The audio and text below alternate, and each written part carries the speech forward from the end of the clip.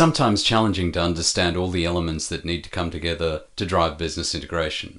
So it might be easier to understand the effects of an organization when it is disintegrated. The graphic on the screen shows an arrow of time from today through to a 24-month horizon. It depicts the various functions in the business shown as pentagons. If we're lucky, the closer we are to today, the more similar each department's plans might be from an integration perspective. And by the way, that's not always the case. In some companies, it's difficult to tell that the various functions are from the same company because of the differences in plans and behavior. However, as each functional silo tries to project their plans in isolation into the future, their different views and functional assumptions of the world create a divergence of expectations. As they begin to forecast out through a horizon of 3, 6, 12 and 24 months, the numbers and the plans of each function begins to look very different.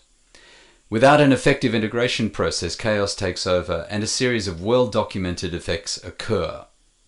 And these are multiple sets of plans and numbers. That is, different departments have different assumptions and numbers, as we said above, for the forward horizon. And the real problem with this is, which number does the CEO use to navigate into the future? Or does he or she simply invent one of their own and further exacerbate the problem?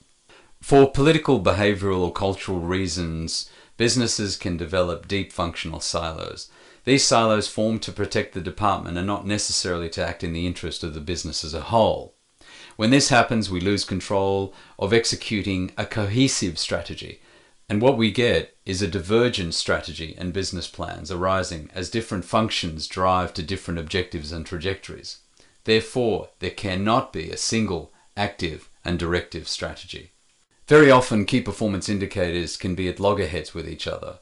A typical case is when an operations person is expected to achieve a volume throughput in the factory, that is overhead recovery, when they have no way of reasonably affecting this from a marketplace perspective. Another is asking salespeople to develop a demand forecast, but measuring them and rewarding them on their ability to hit a monthly aggregate budget number, at dollar level no less. Finally, financial integration is not possible because we have at least 6 or more different sets of numbers from each department. Consequently, finance people try to come up with the best number they can.